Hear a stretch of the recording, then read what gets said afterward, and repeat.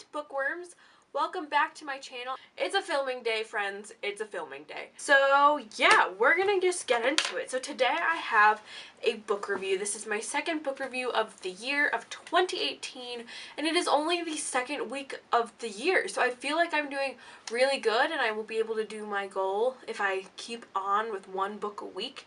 And there'll be some fluctuations. There'll be some weeks where I read more than one book a week. There'll be some weeks where I can't read any books. Finals week. So like, I think this is really great, but so far I'm doing really well, and I'm excited to bring you this review because it's a highly anticipated read for 2018 in the YA world, and I have a lot of thoughts on it. So without further ado, let's get into this review. So today I have a review for The Bells by Dhonielle Clayton. This comes out this February. I don't know the exact date of its release, but it is highly anticipated, and I'm just going to give you a really brief summary of what happens. So this is almost an alternative universe. It's not exactly a dystopia, and it's not exactly a utopia either, but it's a world where beauty reigns supreme, and everyone is obsessed with beauty. Mere mortals kind of end up gray. Their skin is very gray, it's called the grease, their hair is gray and dead, their eyes are like a bloody red color, and they're all very like ugly beings.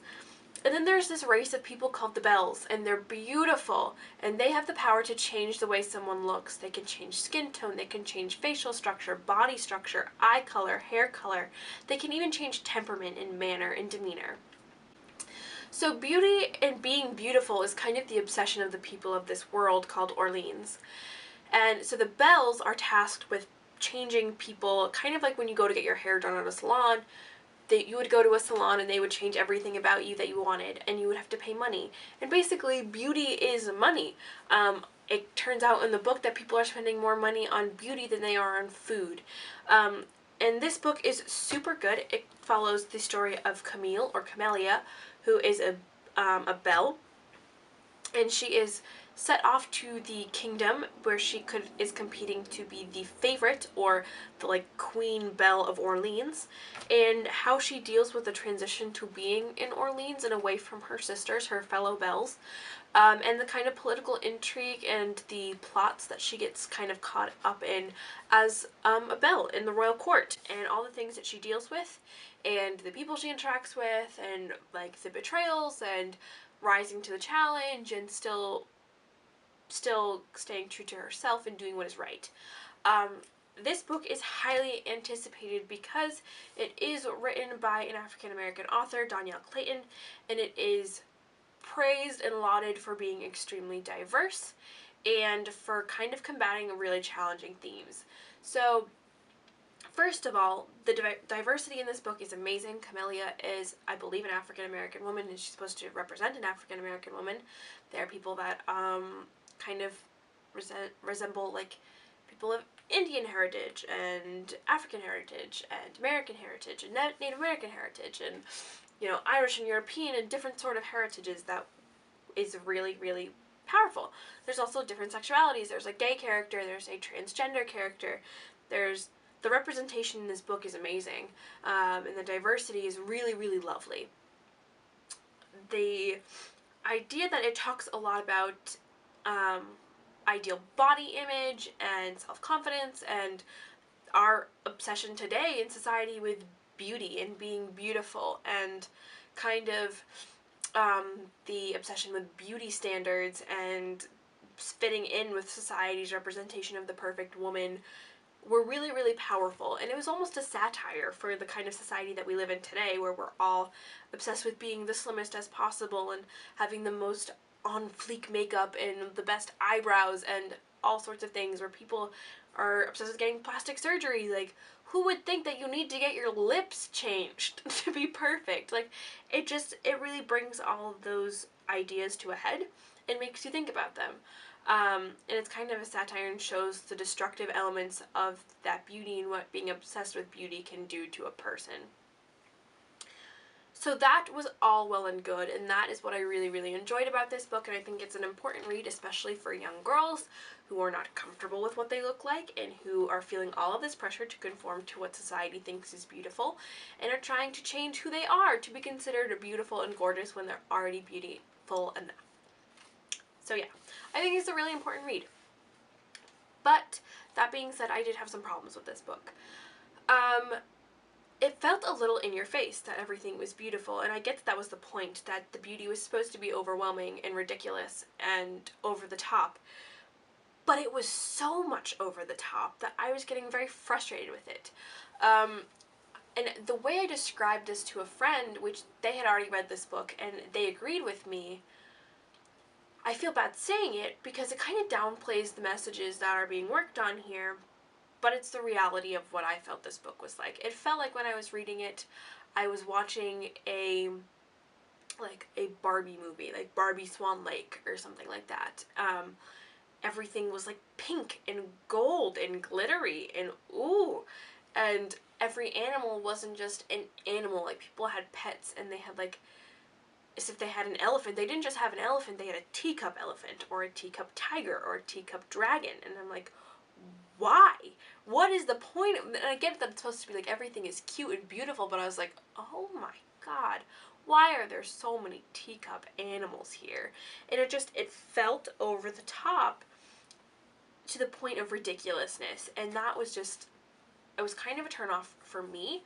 I didn't really enjoy that, and I think like everything being described so like lush and lavish, I was just like, this is ridiculous, and I don't think that that's beautiful. But maybe that's just a problem with me, that I'm weird and I don't think that pink glittery gold things are gorgeous, you know? I also, like, beautiful things like roses weren't just roses, they were bell roses.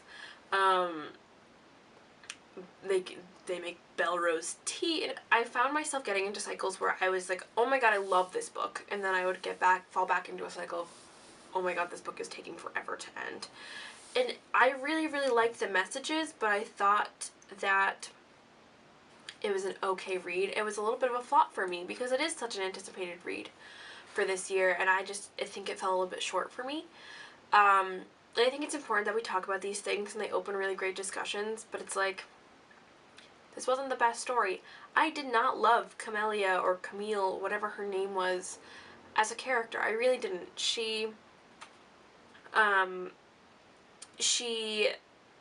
I don't like when authors make characters too nice, if that makes sense. So, in the beginning of the story, Camellia gets in a fight with one of her sisters, Amber. And Amber, from the beginning, is a bitch. She's so mean and awful. And I hate her from the beginning. And I hate very few characters, and I hated Amber. And Camellia spends so much time like, oh my god, I miss my sister, and I just want her back. And I was like, she was mean to you. She was such a bully to you. You get out of that relation. You don't need her in your life. And then, like, throughout the story, she's still saying, I'm worried about Amber. I want to know what's happening to Amber. I love Amber. Where's Amber? And, like, she was mean to you. And that was the thing that continuously happened to Camellia, was that she would fall in love or, like, really, really like people that were awful to her. Like, what's his face? There was a love interest. I'm not going to name them because this book hasn't come out yet. But she's in love with him, and she's like, oh, he's so cute and lovely. And he's mean, and he's pretentious, and he's a jerk.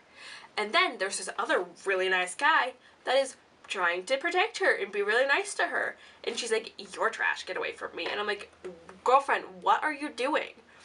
She also did not catch on to things very quickly. A character very blatantly tries to poison her, and then when someone tells her that that person tried to poison her, she's like, what? She's like totally shocked. I'm like, oh my god, it was literally just said to us.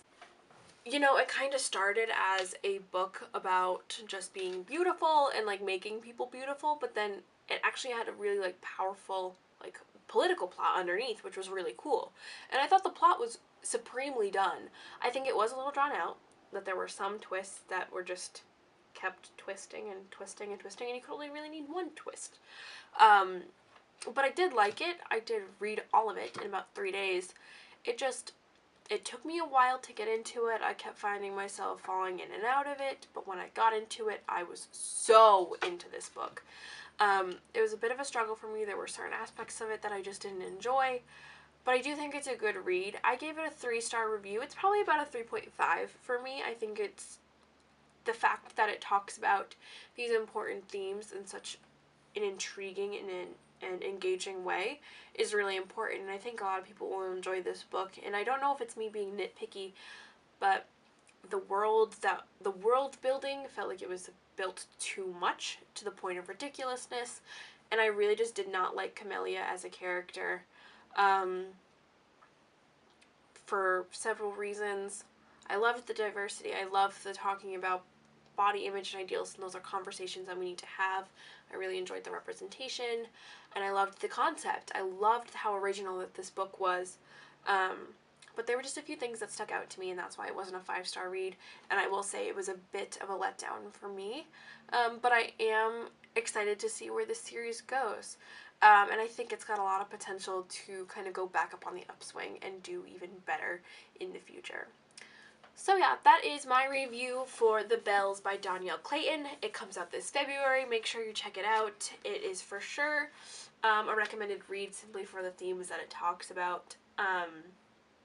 Yeah, so let me know if you are interested in reading The Bells, or if you have read The Bells and if you felt the same way.